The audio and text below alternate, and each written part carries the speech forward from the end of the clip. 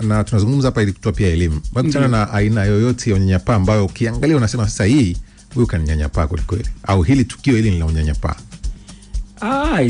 Nimeshakutana nayo sana. Sana. Naweza nikasema miongoni mwa wahanga ambao wamekuwa nakutana na unyanyapaa, basi nafikiri mimi ni mmoja wao. Yes.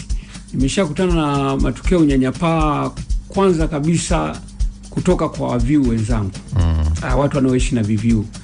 Kama ambavyo nafahamu mimi ni influencer kupitia mitandao ya kijamii, lakini kupitia majukwaa mbalimbali. Sasa kuna watu ambao wao wameficha, hawataki. Kuna watu unajua wanaishi na wenza wao. Mimi huyu nimemweka wazi, anajua anaishi na virusi vya ukimwi, lakini kuna wengine hawataki wenza wao wajue. Ndio. Kwa hiyo sasa mimi napojitokeza na kuanza kuzungumza, kuna baadhi ya vitu wanahisi huyu jamaa anaanika mambo yetu.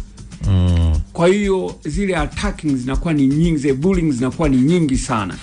Unaona? Yaani wanaanza kuninyanyapaa wao kama wao tu watu wanaoishi na virusi vya ukimwi. Hilo ni moja. Lakini jambo la pili, unyanyapaa mkubwa ambao nimekutana nao ni ule ambao mimi ni mjasiriamali. Yaani ukiachana tu kwamba ni pasta, lakini pia ni mjasiriamali wa bidhaa ni duka la mahitaji ya nyumbani. Kwa siku watu walipokuja kuniona kwenye vyombo vya habari kwamba naishi na virusi vya ukimwi. Nakumbuka ilikuwa nimeinvest kama milioni 4 hivi. Yaani kuanzia siku hiyo wateja walikata kuja dukani kwangu. Nilikuwa nauza wakati mwingine hata mpaka 150,000, 100,000, lakini mauzo yalipungua yakashuka mpaka kufikia 3,000.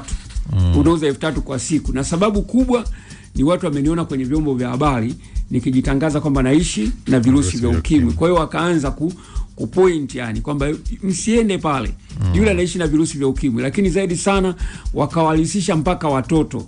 Yani mtoto akija ukimuuliza mbona siku hizi hamji hapa dukani, wanakuambia kabisa tumeambiwa nyinyi mnaishi na nini, na virusi vya ukimwi. Kibaya zaidi, yani hata ukipita watu wanasema bwana yule kaka anaishi na virusi vya ukimwi.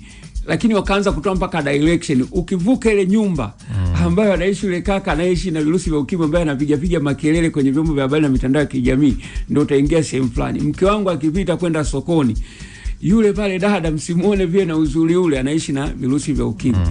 Kwenye matukio ambayo tulikuwa tunakutana labda kwenye hafla mbalimbali na sehemu mbalimbali, utashangaa yani watu wanakuambia bwana, yani wewe tunatamani kupiga picha na wewe lakini tunaogopa. Tukipiga picha na wewe ukienda kuposti tutaonekana wote ni kitu kimoja. Ni matukio ambayo nimeshakutana nayo sana na yakawa yameathiri sana hata mpaka uchumi.